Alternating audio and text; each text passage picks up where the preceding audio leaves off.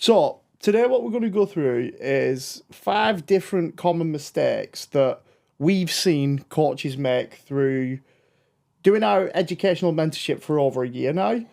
So, we're going to actually give you like a common solution as well, or a solution that me and Ali will come up with for each individual mistake that we see people make. So, Ali, do you want to go through common mistake number one? What we see a lot of coaches now really focusing on is actually like marketing. And look, marketing is a very, very important part of the business, as both of us know, but over actually the results that they get with their own clientele.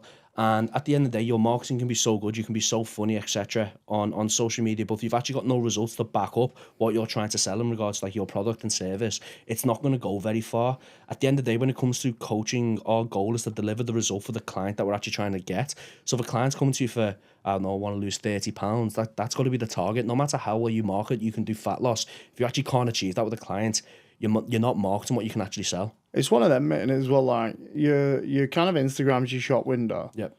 So your results speak for themselves, and they should do some of your marketing. Like, we're not here to say that, like, your results will just, clients will come flocking in, because that doesn't work anymore. No, it does not. We know that.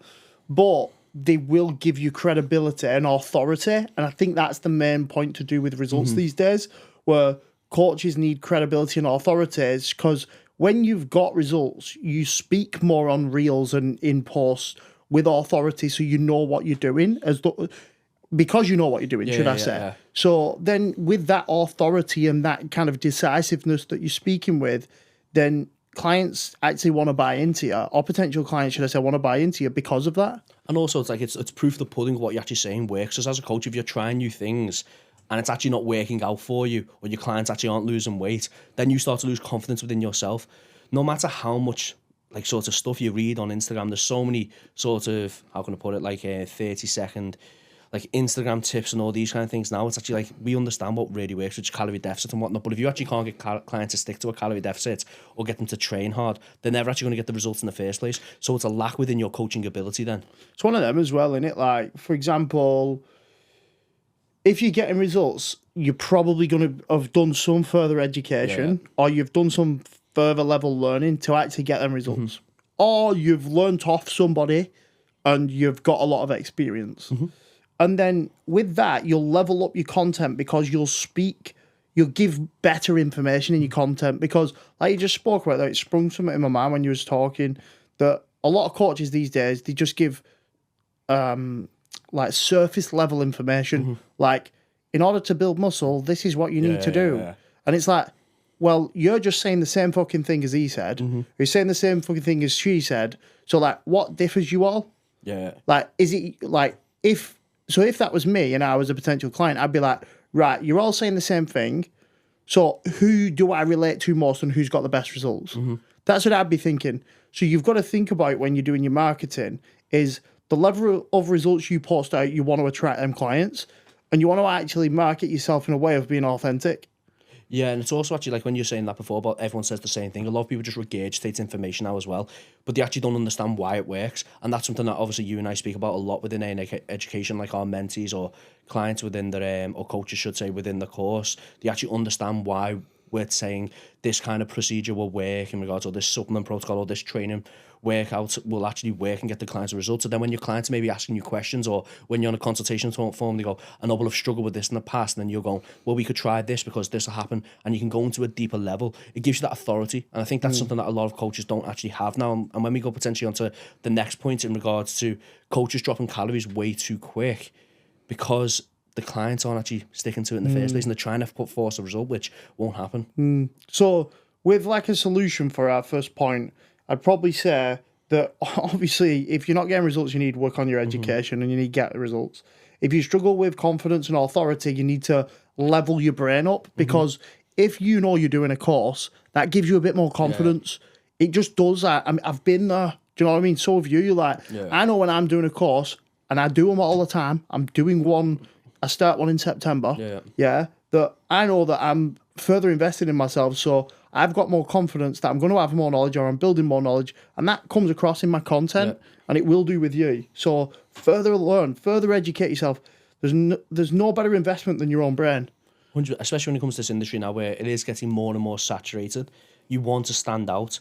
And the best way to stand out now is not necessarily understanding the algorithm of Instagram. It's understanding actually how to get the transformation with the clients who are coming through your door. Because at the end of the day, if you keep getting inquiries through and then clients keep leaving because they're not getting results, bad news travels quick. So again, it's making sure you've got that authority status. And at the end of the day, you're listening to two people here who've been in the industry for over 10 years. So we were here before Instagram was a big popular thing, and now obviously it's a major thing. So again, it's making sure that you're still using the fundamentals of what a coach is, which is actually getting the client's result first. And again, it's going to make you feel better and feel more fulfilled anyway. So, like Ali just touched on before, the common mistake number 2, which we see a lot, is coaches dropping clients dropping calories too low because they believe that the client's telling them the truth when really the client's lying to them. They think they're being consistent when they're not being consistent, when they're in a calorie deficit. They're just not able to stick to the calorie deficit. So they drop the clients lower. Then this creates a vicious cycle because the client couldn't stick to the higher calories. So now are they going to stick to the lower calories?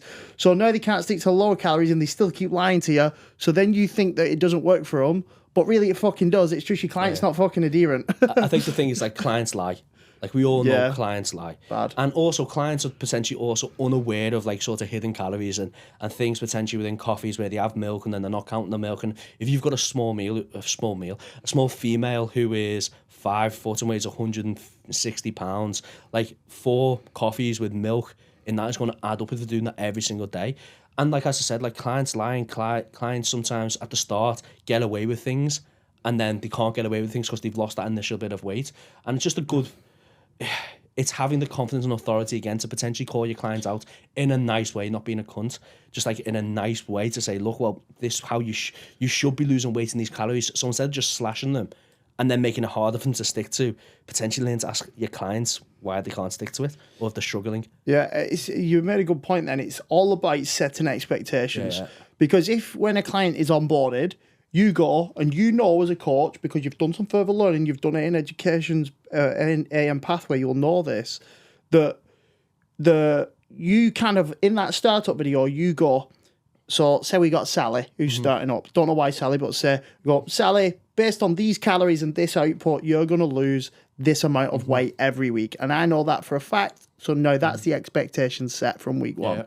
If Sally doesn't lose weight in that first week, you know Sally's not stuck to it. So you know, and Sally knows that the expectation hasn't been hit despite her sticking to the plan. So that's your solution. The expectations is massive, where you need to set expectations that you know a client will achieve, that is achievable for your client based around what you set them. That is super important. Yeah, and you brought something up about road mapping, and there's something we go on about loads is, so for example, you have a consultation with Sally and Sally's 180 pounds and we go, okay, look, Sally, well, we know if we lose 1% per week, which would be 1.8 pounds, we know that we can get to potentially a 30 pound goal, fat loss of a goal that you set within roughly around, about say 12 weeks, 16 weeks, giving them maybe a little bit of leeway because it's not always a linear process, which we understand. But again, by setting this expectation of Nathan saying before to Sally, you then go, look, by this date we can achieve this, and then we're going to have a bit of a diet break, and then you can sort of map everything out. But if you start slashing calories too quickly, you're then going to be coming to nothing towards the back end of them 18 weeks where you know she's not going to be sticking to it anyway because she's not been sticking to it previously. And again, it's just having that ability to use data to call the client out, and then also not necessarily say calling them a liar as such, but go, well, something's going wrong here, so let's have a jump on a call and find out potentially what the missing link is. Because as I said, they might not be aware of it. It's educating them in it. Yeah. It's literally educating them, like you said about hidden calories. It's educating them that there's calories in everything apart from water. That's a saying that I use. And it's educating them, I use this saying as well, you can all take it, you can all use it. And I use this saying with everyone, that if you lock me in a room and you just fed me water for 7 days, and I say this to clients all the time, I'm like, am I coming out that room either heavier, the same weight, or have I lost weight? Obviously, we all know I've fucking lost weight because I've not ate anything for 7 days. So I've not put anything in the machine, and the machine still burns even if I did nothing and I slept all day. So therefore, I'd come out that room lighter weight. We all know that, right? But people seem to think that just magically some clients don't lose weight in a calorie deficit. It just doesn't happen. Yeah, I was once that coach. I thought that health handbrake stopped clients from losing fat.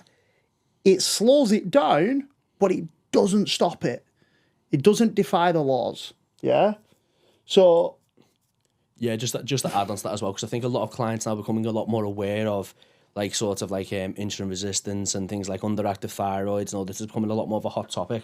So they might then start to say, well, I think I'm this, or I've got PCOS, and it's meaning that I can't do things like this. And it's like, it makes things, as Nathan said, it makes things potentially a little bit harder for that client, but at the same time, we know what works because loads of people have been able to achieve ridiculous results with having these conditions as well. They may just have to work a little bit harder, but they can't be using that as an excuse because it's not going to actually stop them from losing fat. It's just going to make that challenge that little bit more difficult, where they might have to work a little bit harder compared to their friends, but at the same time, they can still achieve that result. the next one as well is a big one. You'll speak more about this because you coach coaches. Is coaches not practicing what they preach? So coaches falling out of shape and not doing what they're telling the clients to do. Yes. And I think that is a big common mistake that coaches make. And my take on it is, if your client doesn't see you setting goals and going after them, why the hell would they do it as well? That's what I think. Like, you'll see me, you'll see Ali, you'll see all of our students on AN Education, that if they're not setting a goal and striving towards it, we'll actually tell them that they need to. Yeah, because if your results are suffering because of yourself, that is sometimes what happens. And my other take is, if you're not pushing towards a goal and you're not looking after yourself, your brain won't function well. Yeah, 100%. That's a big one. So like my take on this is, whatever kind of service you're selling, you've got to practice that service. So if you're a female health coach and you focus on helping females get the cycle back and female health in regards to hormones, your hormones are going to be the best they can. You better be practicing what you preach to make sure you maintain that. If you're a prep coach or a physique coach, you better make sure you're either in a goal of gaining muscle or losing body fat. If you're a sports performance coach, you better be making sure you can improve your performance on a day-to-day basis. So when I see coaches now potentially using business as an excuse, like I can't train because I'm too busy and all this, I find it quite a pathetic excuse, because if you're using that as an excuse, well, what are your clients going to say? Because your clients are probably more busy than you. I understand coaching can be quite time consuming, but we have time in the day. I don't think any coach is that busy. I think we're very good at procrastinating, and we get caught in real holes, and we tell us off like things are important, but we should easily be able to get to the gym 4 times a week for an hour to an hour and a half. That shouldn't be that hard. We should be able to get steps in. Like, I've seen quite a few coaches do 3,000, 2,000 steps a day for 4 or 5 days. And I think that's just ridiculous. If I'm being honest, if we're preaching to clients that we need to get outdoors, we need to make sure we move, because me and Nathan are big on sort of like training, movement, nutrition. Movement's massively important. We understand how important it is to get outside, but coaches don't do that. And again, they use the excuse of being too busy. You're not, unfortunately. That's just the fact of it. You're not too busy. You're just not prioritizing your own goals, which then is going to reflect on your business. So solution to that is literally you ask your clients to get a coach. You tell your clients or potential clients to get a coach. So if you've not got a coach and you're a coach yourself, get a frigging coach. Yeah. Get someone to hold you accountable. Yeah, i.e. Mr. Alistair Fraser. And make sure you set goals and make sure you fucking smash them. Like, I think that's the one. Setting goals. Yeah. I think too many coaches now, they say, I want to hit this amount a month. And by the way, I think we should hit targets for business. Yeah. And we should hit targets for financial income and things like that. But you've got to set your own physical goal, because too many coaches sort of just cruise through it. And at the end of the day, if you're cruising through it, then you're going to start cruising through other things in life. Because I'm a big believer, like, how you do one thing is how you do everything. So again, if you're just cruising through your training and sort of you're going a couple of times a week, your health's going to deteriorate. And then if you've got blood work done and Nathan analysed your blood work, then you find out you're fucked. But then you're trying to preach your clients to get better shape, but you're actually not doing it yourself. So it lacks authority at the end of the day. Next one is, we see a lot of coaches from the start overwhelming clients without looking at where the client is starting. So I always use the saying as if you throw the kitchen sink at a client, they'll throw it back. And what you should have in your onboarding form is basic questions about where the client's currently at. So it could look something like, so this is the solution to the problem, by the way. So it could literally look something like, what training age are you? How long have you been consistently training for? 0 to 1 year, 1 to 3 years, 3 to 5 years, 5 years plus, something like that. And it could be, do you have any of these habits? Meal prep, walking in the morning, sleep schedule. You get what I mean? Because really, if they're ticking none of them boxes and they're like 0 to 1 training age, you know that they're a very beginner, so you wouldn't really kind of go into too much to do with more advanced stuff with them on their onboarding. You'd literally just try and get them sticking to a nutrition plan, sticking to a training plan, getting some movement in, and that's about it. Yeah. So you dumb it all down to build them up. But what we see is a lot of coaches going, right, so here's your nutrition, here is the steps I want you to do, this is your morning routine, these are the timings of your meals, these are this, these are that, these are that. And it's kind of like a client then who's a beginner, who's actually shitting themselves because they don't really fucking know how to train anyway, is then going, fuck me, I've got to do all this other shit as well. Is this really what coaching is? And I think another question to ask is, how do you want to be coached? Because some people just want to be told what to do. Like, for example, Beth, she was very, just tell her what to do and she'll just crack on. And some people might need a little bit of sympathy, empathy, because they're brand new to it, as you said before, and they might not understand and they might need a little bit more patience. Where if they said they just want to be told what to do and then they don't do it, you can be a little bit harsher on that person because that's how they said they want to be coached and they're not following the actions that you've said. But if someone says, I need a bit of a slower approach, you can then, when you're setting expectations, like we mentioned previously, you can set the expectations potentially a little bit slower because they want the slower approach, which means that they might take a little bit longer to hit the goal, but you're also then hitting the needs of actually how they're going to enjoy that service that you're providing. So actually asking the client how they want to be coached, whether it be firm, whether they want to be an arm around the shoulder, and then, as Nathan said, answering them questions of like where the client's at. Jordan Shadow used a good saying in regards to like he's using like a person who can pick up 300 kilograms on a deadlift. You doing a dead bug is a pointless warm-up because the body can withstand 300 kilos in a deadlift, so a dead bug's not pointless. So your warm-up has to be a little bit more advanced. So if you're getting a more advanced client, don't give them a bog standard, just hit your protein target. It needs to be more advanced. But the reverse, if someone's brand new to it, they need to start off with the basics and then work themselves back up into it.